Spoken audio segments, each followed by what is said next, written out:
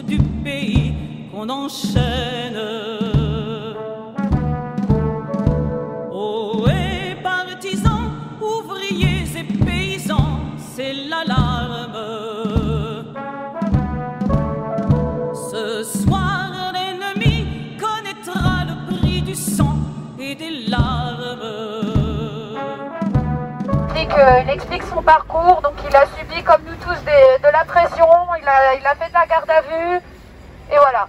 Donc à titre d'information, si vous adorez lire, je vous invite à lire Les Invisibles, vous allez adorer le livre. Rappelle le rendez-vous.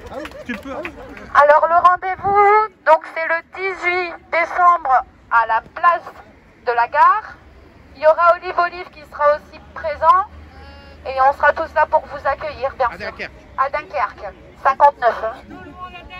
Il faut vraiment redéfinir très clairement ce qu'est de gauche ou de droite. D'un point de vue économique, c'est quoi? Quand vous êtes de droite, vous avez un programme de réforme de droite, c'est-à-dire mondialisation, flexibilisation du marché du travail, baisse du nombre de fonctionnaires, etc.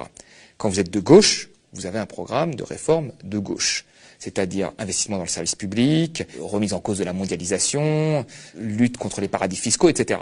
Enfin, quand on voit cette réunion, il faut à un moment fixer une limite. Parce que sinon, ça va être Le Pen, Macron, et tout le reste, on appellera ça la gauche. Je veux dire, Corinne Lepage, elle a fait la campagne d'Emmanuel Macron. Mathieu Orphelin aussi. Ils ont servi de crédit à Macron pour dire qu'il aimait le climat. J'ai bien compris qu'aujourd'hui, la politique, c'est devenu un concours de beauté. Leur histoire, ça peut fonctionner, parce que c'est un concours de beauté. Les vrais militants, ceux qui croient, en fait, qui s'en foutent du concours de beauté, qui s'en foutent des postes, mais qui croient à un programme, au fond, à la politique. Ceux qu'on voit sur les stands, là, dans les manifs, là, en plein courant d'air, qui ont écrit des petits livrets sur la loi travail et qui vous les donnent quand vous passez. Ces gens-là. Mais là, quand ils doivent voir ça, moi je me mets à leur place. Ça doit être horrible. Donc moi je pense à tous ces militants-là.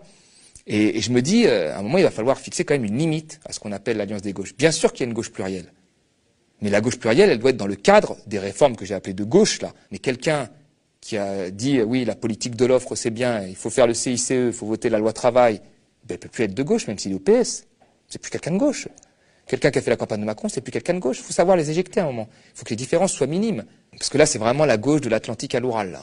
On a vraiment, je sais même pas s'il y a des gens qui sont pas de gauche, enfin, qui se retrouvent là-dedans. Là, je pense que si, allez, comme par magie, ces gens-là venaient à s'entendre, ben, on aura, je pense, au final, ce qu'on a eu dans la première année d'Hollande. C'est plutôt que de discuter des alliances pour voir quel poste on peut avoir, quel poste on peut décrocher et gagner pour ne pas savoir quoi faire après et faire comme Hollande, c'est-à-dire faire une politique pire que celle de Sarkozy, mais pire économiquement. Ben, il faudrait peut-être commencer par avoir un programme et puis ensuite faire en sorte que la majorité des populations, malgré leurs différences géographiques, culturelles et sociales, puissent y adhérer. Et après, la victoire sera assurée et on pourra changer la vie des gens. Mais là, j'ai pas l'impression qu'on commence par le bon côté.